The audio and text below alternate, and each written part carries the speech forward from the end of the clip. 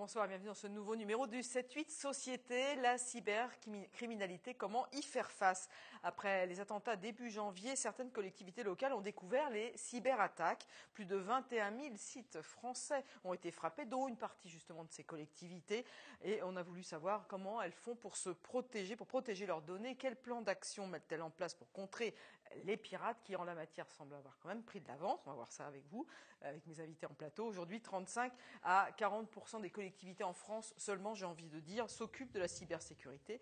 Pour en parler, deux exemples concrets de cyberprotection. D'abord, la communauté d'agglomération de Saint-Quentin en Yvelines. En 2014, notamment, un budget de 200 000 euros dédié à la sécurité informatique a été débloqué. Et nous verrons avec vous, Frédéric Geckmann, bonsoir, et Olivier Derbès, bonsoir, à quoi sert ce financement et les mesures mises en place. Nous nous intéresserons aussi à la commune de Saint-Cyr-l'École avec vous, Pierre-Emmanuel Guyard, bonsoir. Bonsoir. Alors, dans votre cas, on peut peut-être le dire, la donnée est simple, le système informatique est un peu ancien.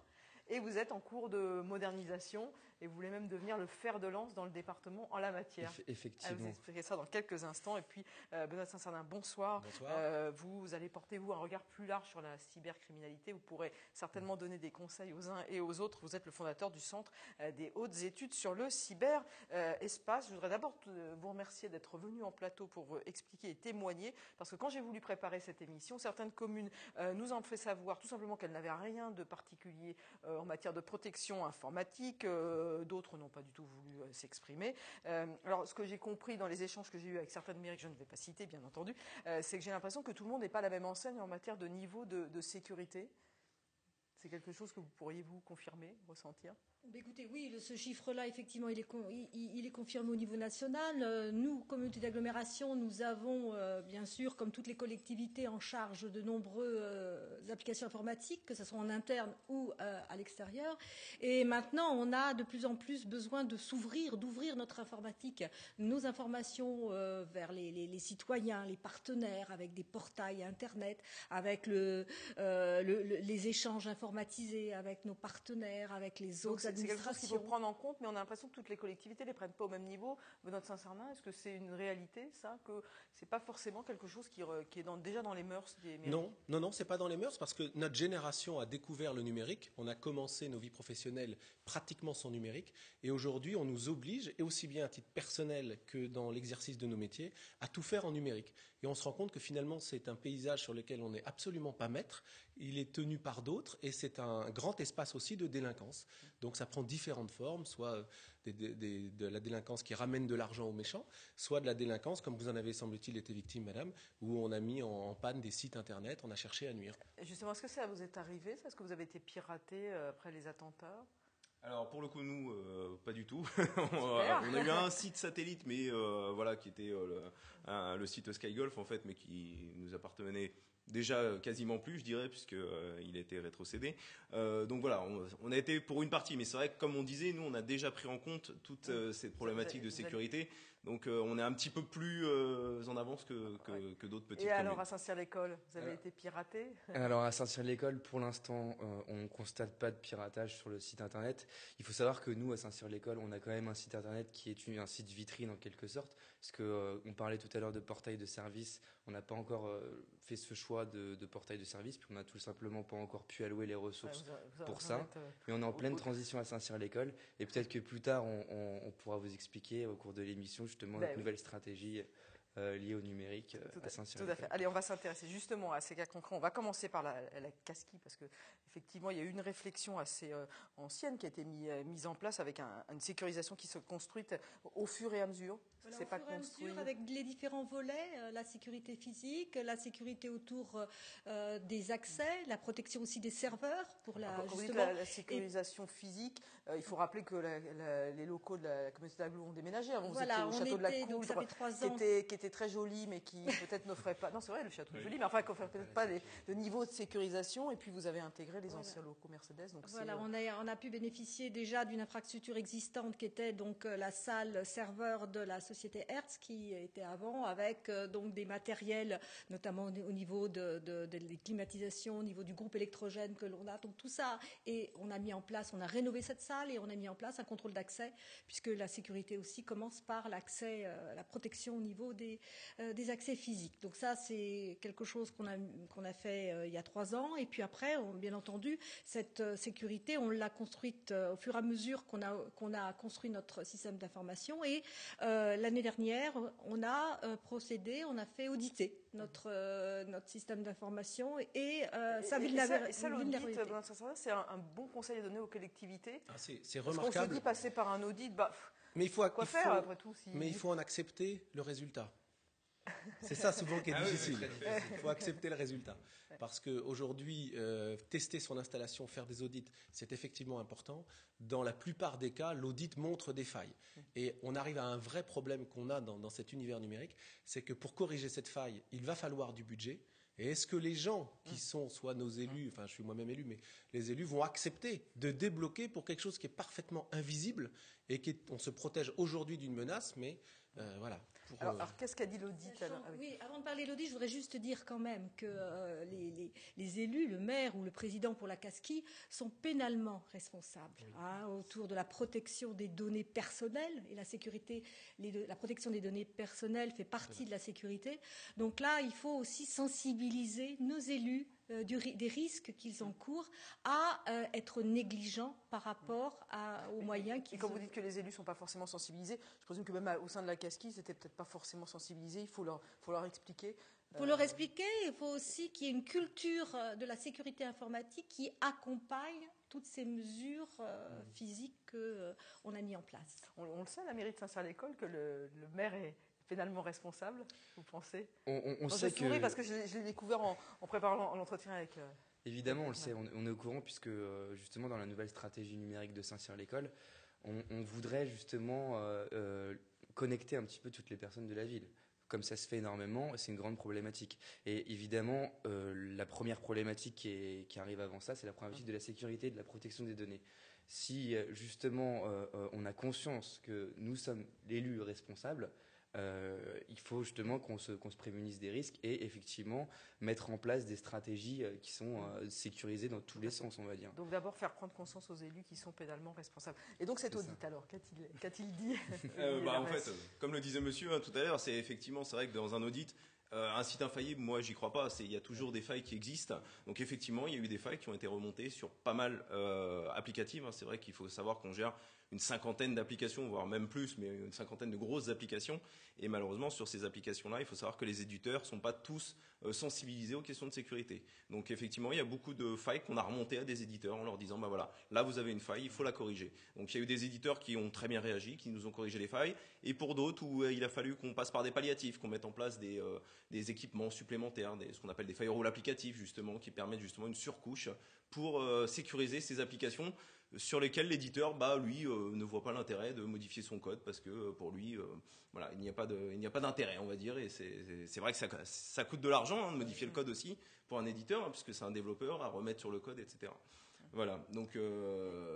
Et vous me disiez, l'important à la suite de cet audit, c'est aussi d'abord peut-être d'établir le niveau de sécurité souhaité, parce qu'on ne peut pas avoir le même niveau de sécurité, enfin en tout cas c'est peut-être pas intéressant d'avoir le même niveau de sécurité que peut avoir une banque, que peut avoir une collectivité locale. Mais on sait bien qu'aujourd'hui, quand même, vu la diffusion de l'informatique dans tous les secteurs, l'absence de ces moyens-là à disposition des citoyens, des utilisateurs internes, est un vrai problème. Donc, il faut savoir effectivement mesurer les risques et les enjeux. Donc, l'enjeu, comme je le disais tout à l'heure, c'est vraiment la disponibilité du système d'information. Donc, quels sont les usages qui sont les plus sensibles, les plus urgents à mettre en haute sécurité, et puis la protection des données et savoir identifier quelles sont les données, où elles sont stockées, qui les utilise, à qui elles s'adressent. Et c'est ça qui est compliqué, c'est toute la problématique autour de la donnée. Qu'est-ce qui est le plus sensible pour vous, pour la CASKI? C'est la messagerie, c'est les services publics déjà, c'est-à-dire tous les services qu'on va donner au public. Donc nous, il va y avoir le Wi-Fi, les postes publics mis au sein des médiathèques, par exemple. Voilà, tout ce qui concerne le service public. Dans une commune, ça peut être tout ce qui est état civil. Voilà, donc c'est vraiment ce qui va concerner le service public. Et puis l'image. Donc typiquement le site institutionnel. Voilà, si le site institutionnel est défacé, ce qu'on appelle défacé, c'est voilà, on a supprimé la page classique. Voilà, ça c'est vraiment pour l'image de la commune. Parce que je présume que le but en cas d'attaque, c'est de réagir le plus rapidement possible. Oui, On essaye. Il existe dans certaines entreprises et dans certaines communes des plans de continuité d'activité. S'il nous arrive ça, comment on se replie? Mais effectivement, comme le disait très bien Madame, et c'est un point important, c'est qu'est-ce que je dois défendre? Est-ce que c'est la totalité du système d'information ou c'est certains endroits où sont stockées les données? Principalement, c'est les données qui concernent les individus, que ce soit dans le cadre public de vos missions publiques ou même en entreprise. Voilà. Et on se rend compte que ce n'est pas forcément tout à protéger, mais ce qui est à protéger va réclamer du budget. Et c'est un vrai souci aujourd'hui. Alors justement, le budget, il est de combien? Combien de personnes travaillent autour de cette problématique de la sécurité informatique? Eh bien, on est une vingtaine dans la direction et donc avec un pôle opération justement qui est où Olivier Derbès travaille, donc qui est notre garant de la sécurité, mais l'ensemble des chefs de projet qui travaillent avec moi sur la mise en place d'applications doivent respecter aussi. Il faut savoir aussi que les collectivités locales ont aussi des aides. L'État, il y a plusieurs structures qui peuvent aider les collectivités. Alors, aider sur un plan financier ou sur un plan déjà juridique, technique, organisationnel, pour les aider à mettre en place dans une application les mesures de sécurité qui s'imposent. Il y a la CNIL qui est là pour aussi donner des conseils. Commission nationale informatique et liberté. Oui, excusez-moi. Qui est là pour donner des conseils quand on met en place une application. L'État a sorti un règlement de sécurité, le RGS, le règlement général de sécurité, qui met en avant les bonnes pratiques à mettre en place pour les collectivités. Et puis, il y a aussi la mise en place de plateformes d'échange que l'État a mis en place. Alors, des plateformes d'échange avec les autres administrations, donc avec la préfecture, plateforme d'échange sécurisée qui s'appelle ACT, pour l'État civil, Comedec, et pour le Trésor public avec la dématérialisation des échanges des flux comptables qui s'appelle Helios. Donc, on voit bien qu'ici, on n'est quand même pas seul devant cette problématique-là. On peut essayer de se faire aider, de se faire conseiller par des structures externes. Oui, je rajouterais même, Madame, vous ne l'avez pas cité, l'ANSSI, l'Agence nationale des systèmes de la sécurité des systèmes d'information, où il y a toute une partie, donc c'est accessible au grand public, toute une partie avec même un guide qu'ils appellent le guide de l'hygiène informatique, qui est vraiment un très bon outil. Ça fait de mémoire, il y a 42 ou 46 recommandations. Si vous atteignez déjà la 4e et que vous la mettez en œuvre, c'est bien, mais c'est un remarquable outil. Voilà. C'est ce que j'allais dire, c'est vrai que c'est toujours un guide de bonne pratique, donc c'est toujours à prendre. Moi, je suis plus opérationnel, donc voilà. Mais c'est vrai que faut toujours prendre ces guides de bonne pratique et voir après ce qu'on arrive à en faire dans l'opération, parce que c'est pas toujours simple à mettre en œuvre. Bon, si vous si vous arrivez à la 4e, c'est 46, c'est déjà bien. Ça rassure certainement. En 2014, il y a eu un budget de 200 000 € qui a été débloqué. On comprend que c'est de l'argent. Il n'y a pas d'aides financières qui peuvent être apportées aux collectivités territoriales pour mettre en. Absolument. Il aurait pu avoir des fonds de concours, des choses comme ça. À connaissance, non. Olivier Derbès, vous avez parlé du Wi-Fi.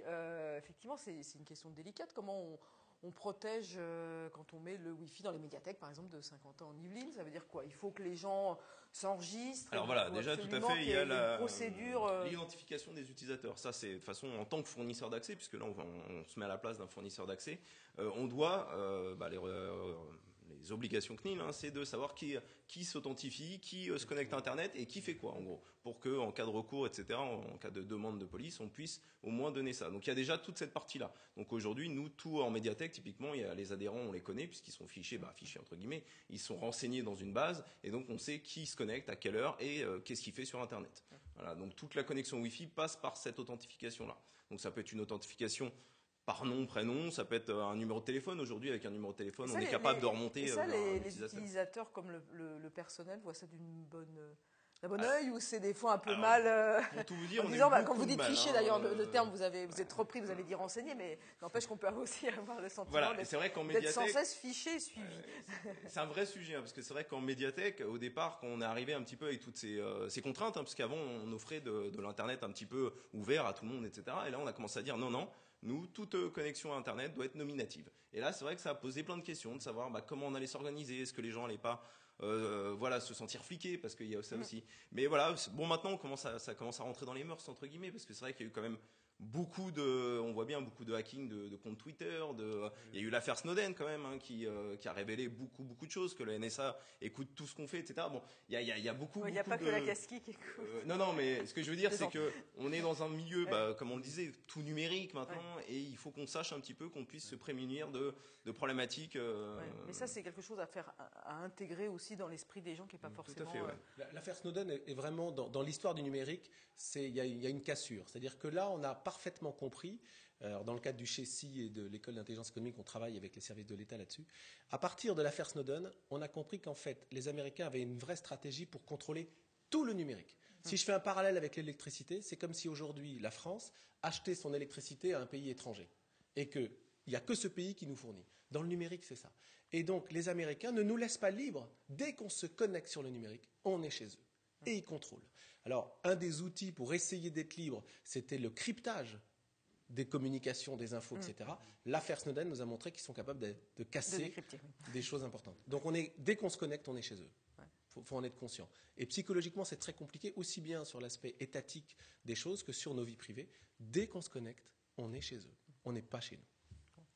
Donc on a vu au niveau de la Casqui, il y a pas mal de choses qui se sont mises en place. Alors je me tourne vers vous, Pierre-Emmanuel Guillard. Alors au niveau de Saint-Cyr-l'École, vous me dites si je me trompe, mais vous m'aviez dit en préparant l'émission que le système informatique était un peu ancien, on va dire ça comme ça, et qu'il y avait beaucoup de choses à faire évoluer. Vous avez été nommé après les élections municipales et vous êtes en charge de ce dossier-là. Vous m'avez dit on veut faire que Saint-Cyr-l'École soit le fer de lance dans le département en la matière. Alors c'est très ambitieux. C'est ambitieux. Après, voilà, comme on démarre d'assez bas, il faut le reconnaître. On a envie justement que Saint-Cyr-l'École puisse un petit peu s'élever. Quand vous dites on démarre de bas, c'est ce que vous nous avez dit. En gros, le site internet, c'est quoi aujourd'hui? Le site internet, ça reste une vitrine pour la ville. On n'a pas on propose pas de services liés à ce site internet, par exemple de paiement en ligne, ce qu'on peut voir sur des sites internet de pas mal de villes, par exemple des frais de cantine qui seraient payés par les parents. On n'a pas encore cette possibilité-là, et parce que cette possibilité, elle est liée à un risque. Il y a une orientation stratégique qui a été prise dans les années 2000 par l'ancienne équipe, une des anciennes équipes, la personne qui était responsable de l'informatique à l'époque, qui a décidé justement de faire quelque chose de basique pour axer justement cette problématique sur la sécurité. Nous, maintenant, ce qu'on voudrait faire, c'est bien sûr approcher toute une réaction sur le long terme, mais surtout pas du court terme, puisque on sait que l'informatique, je pense que vous me direz pas le contraire, ça nécessite des projets sur le long terme. On voudrait axer justement... Et on comprend surtout que c'est une évolution en continu, sans arrêt. Voilà. Rien n'est jamais acquis. Non, rien n'est acquis, justement. Et on voudrait baser notre projet, tout le concept, sur la sécurité. Vous parliez de PCA, PRA. Nous, justement, on voudrait commencer par essayer de voir si on peut mettre en place un PRA d'ici à entre 6 mois et 12 mois. Oui. Merci Benoît Saint-Fernin. Je vais peut-être laisser les experts décrire mieux que moi le côté technique. Donc PRA, plan de reprise d'activité, et PCA, plan de continuité d'activité, en fait. Donc s'il y a une coupure, en combien de temps on est capable de reprendre ou même continuer l'activité, même en cas de coupure. Tout simplement. Donc du coup, la problématique de sécurité pour nous sera importante en premier lieu, évidemment. Ensuite, on va essayer d'axer notre future stratégie sur tout ce qui est accessibilité. Donc l'accessibilité, justement, ça comprend tout ce qui est paiement en ligne, c'est un exemple. Après, on peut relier l'accessibilité aussi à la formation du personnel de la mairie. On en parlait tout à l'heure avant l'émission. C'est quelque chose qui est très important puisque le personnel de la mairie n'est pas forcément familier justement de tout ce qui est numérique. Donc il y a un gros travail de formation à faire dans ces institutions-là. Et ça vise à justement améliorer tout ce qui est accessibilité. Et j'en viens à un autre de nos axes qui vraiment nous tient à cœur, nous, c'est tout ce qui est économie et rationalisation. Et on pourrait emmener ces personnes-là justement à changer leurs habitudes et à pouvoir passer complètement des documents numérisés et sortir de la sphère dépenses de papier. C'est là où est la grande ambition. Vous n'y croyez pas, ça ? Non. Non, parce que pour ça, je dis que c'est très ambitieux. Non, mais c'est pas que je ne crois pas, c'est le raisonnement sur lequel on est parti au moment du début de la numérisation. C'est que ça allait permettre plein d'économies, plein de choses. Et on le voit même dans la vie économique. Aujourd'hui, les experts comptables sont obligés de télédéclarer à Bercy pour gagner du temps, etc. Et en fait, on met sur le numérique des centaines et des milliards d'informations qu'on ne maîtrise plus du tout. Et en fait, le coût de ça est bien supérieur à soi-disant l'économie que devait générer ce genre d'outils. Donc en fait, dans le cadre du CHESI, du Centre des hautes études sur le cyberespace, on travaille sur cette transformation numérique. Et en fait, l'idée de se dire ça va être une économie grâce à ça, non. C'est un nouvel usage parce qu'on est né avec ça, on va l'utiliser, mais pour l'instant, il n'y a aucune étude qui montre qu'on a fait des économies, tellement il y a de conséquences dès que ça dérape.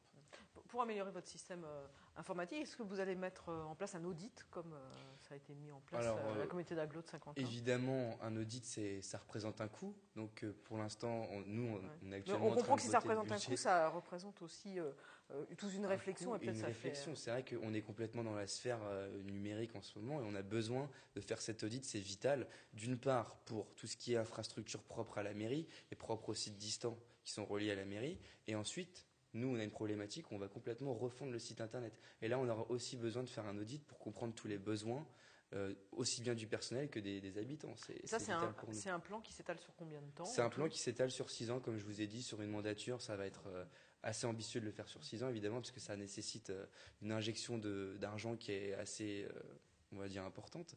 Mais c'est vrai que c'est une problématique qui nous tient à cœur. Et justement, j'ai été nommé en ce sens pour essayer de mener à bien cette politique. On essayera d'avoir le plus de résultats possible dans les années à venir. Et un dernier axe qu'on va développer aussi, c'est toute la sphère innovation. On en parlait avant l'émission, donc toute la problématique de la fibre dans les Yvelines, qui est un sujet qui est très houleux et très compliqué. Je pense qu'on va peut-être pas trop s'étendre là-dessus, parce que nous, par exemple, Saint-Cyr-l'École, il était prévu qu'on puisse bénéficier de la fibre en 2016, entre 2016 et 2017. Et visiblement, on va subir quelques retards.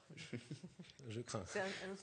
Je voudrais vous faire réagir sur 2 points. D'ailleurs, on a parlé des portails payants. Pour la Casquie, notamment, il y a un des sites qui permet une billetterie, c'est le site du kiosque. Comment c'est protégé, ce site? Comment on peut être sûr que quand on va prendre un billet sur le site du kiosque, qu'il n'y aura pas de soucis?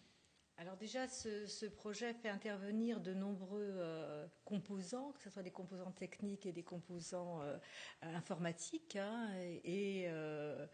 Nous sommes quand même, la fin du dispositif, la fin de l'acte d'achat passe par un partenaire qui s'appelle Paybox et qui est donc un partenaire qui sécurise. Donc on a confié à un partenaire cette sécurité au niveau du paiement proprement dit. Mais nous avons aussi une surveillance du système d'information et une surveillance aussi, ce qu'on appelle une cartographie du système d'information qui nous permet aussi de vérifier que l'ensemble des process se passe aussi dans de bonnes conditions. C'est aussi ça, la sécurité, c'est aussi la garantie, de garantir que la donnée n'est pas vérolée, n'est pas modifiée d'une façon aléatoire et qu'on garantit les traitements. Donc c'est garantir le traitement. Alors, autre question, ça concerne le financement. On comprend que tout ça coûte cher. Est-ce que demain, on peut envisager une mutualisation par exemple, vous êtes déjà une communauté d'agglomération. Saint-Cyr-l'École, vous faites aussi partie d'une communauté d'agglomération de Versailles. Grand Pact, élu à Versailles, ne peut pas le nier. Est-ce que ça veut dire que les collectivités, aujourd'hui, doivent se mettre ensemble pour mutualiser ces moyens? Est-ce qu'une ville toute seule a les moyens de financer une sécurisation de son système? Est-ce que c'est souhaitable? Tout dépend l'ambition que nous aurons avec cet outil. Si c'est effectivement un outil pour tout dématérialiser, pouvoir payer comme le proposait monsieur tout à l'heure, la crèche, etc., là, ça va devenir très cher si, par exemple, dans les centres de VGP, Versailles Grand Parc, il y a 19 communes. Si c'est 19 fois le même système, c'est idiot. Maintenant, un système commun, c'est un système qui peut impacter tout le monde à la fois. Donc il y a différentes choses. Je pense qu'il faut vraiment, mais vous l'avez très bien dit tout à l'heure, madame, faire la séquence de qu'est-ce qui est vraiment à protéger. Et voilà. Et on se rendra compte qu'il n'y a finalement pas tant de choses que ça. Et peut-être que ces choses-là, ces services-là, par exemple des services de paiement à distance, eux peuvent être centralisés à l'échelle d'une communauté d'agglo. Et eux, on va mettre un petit peu de budget de chacune des communes pour s'assurer de ça. Après, les sites vitrines qui donnent les horaires de la mairie, etc., bon, ok, ils peuvent être attaqués, c'est pas dramatique. C'est un risque qu'on peut prendre. Vous partagez? Tout à fait. Et sur le schéma de mutualisation qu'on met en œuvre là, qui doivent être votés par les élus en mars 2015, eh bien, on a effectivement des axes. L'informatique est un axe majeur pour les schémas de mutualisation, et on voit bien qu'on va nous travailler sur, d'une part, des propositions de mutualisation physique, de salles, etc., mais aussi surtout de compétences et d'expériences qu'on peut partager pour faire gagner du temps à nos collègues dans les collectivités. Un dernier mot? Oui, pour vous donner un exemple en termes de compétences, sur l'Île-de-France aujourd'hui, il y a 1200 postes ouverts de gens en charge de cybersécurité. On ne trouve pas les jeunes pour faire ça. Et donc je c'est un n'obtiens pas métier compte. d'avenir. Oui, Ouais, donc oui. vraiment, vraiment. Et j'insiste, dans les 1200 postes, je ne parle pas des postes dédiés à la DGSE et à l'ANSSI, qui ont chacun eu des budgets dans la dernière loi de programmation, et les derniers événements dramatiques ont donné ça. Il y a aujourd'hui 1200 postes, et les boîtes s'arrachent, les gens, pour la cyberprotection. On comprend qu'il y a beaucoup de choses à faire et que c'est une véritable réflexion à mener. Merci en tout cas, vous quatre, d'être venus apporter cet éclairage, votre éclairage sur le plateau du 7-8 Société. Cette émission est maintenant terminée. Merci de votre attention. Je vous retrouve dans 15 jours. Bonne soirée.